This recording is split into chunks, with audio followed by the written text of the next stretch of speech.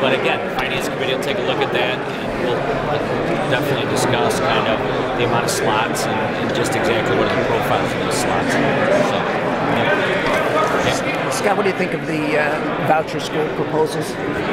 I mean, obviously what the governor did tonight was set the course for an expansion of school choice. It's something that the Republicans have been very supportive of over the years.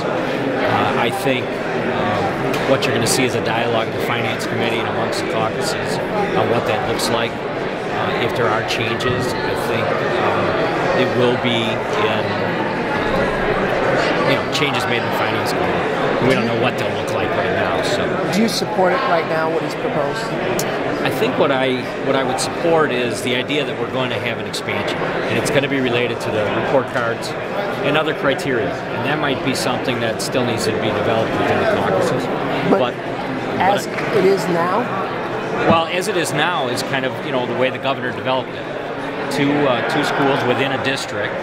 I think I've heard from many members that say, let's not focus on the district, let's focus on the schools, per se, that are in trouble, failing schools.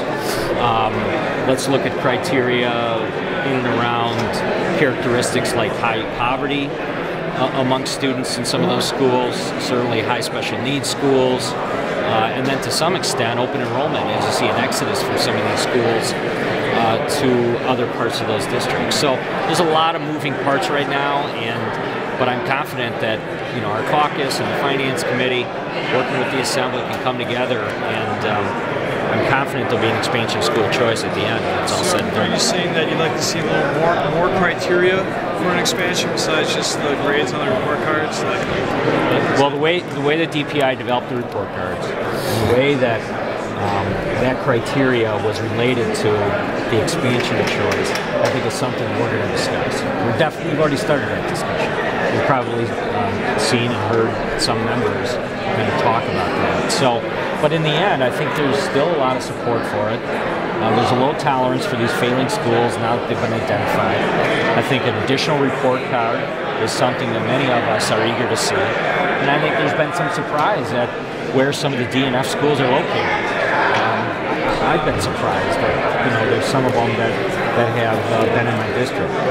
And when you look at other measuring sticks that are going to be available, like every student in Wisconsin taking the ACT and everything that goes along with that, I mean, I think there's a lot of stuff that are going to be part of the final decision on the expansion of school choice. And I just don't know what that is as we stand here tonight. Do you have the votes in your caucus to pass the mining bill?